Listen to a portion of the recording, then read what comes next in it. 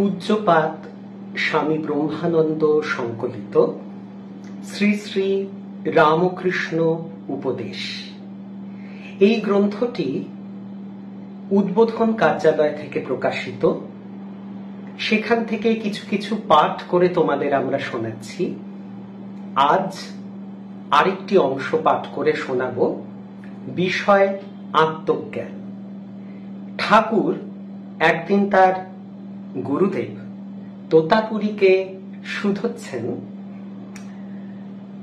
তোমার যে অবস্থা তাতে রোজ ধ্যান করার আবশ্যক কি? তোতাপুরী উত্তরে বলেছিলেন, ঘটি যদি রোজ রোজ না মাজা যায় তাহলে কলঙ্ক পড়ে। নিত্য ধ্যান না করলে চিত্ত অশুদ্ধ হয়। পরমহংসদেব উত্তরে বললেন, যদি সোনার ঘটি হয় তাহলে পড়ে না।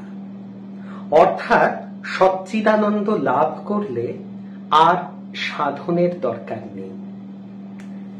ঠাকুর বলছেন, বিচার দুই প্রকার, অনুলোম ও বিলোম।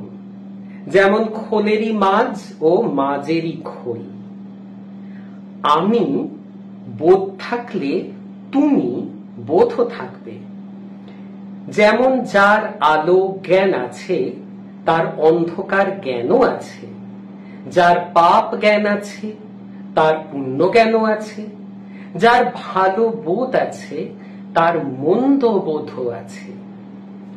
যেমন পায়ে জুতা পরা থাকলে লোকে স্বচ্ছন্দে কাঁটার উপর দিয়ে চলে যায়, তেমনি তত্ত্ব জ্ঞান রূপ আবরণ পরে মন এই কণ্টকময় সংসারে বিচরণ করতে পারে। জয় ঠাকুর, জয় মা।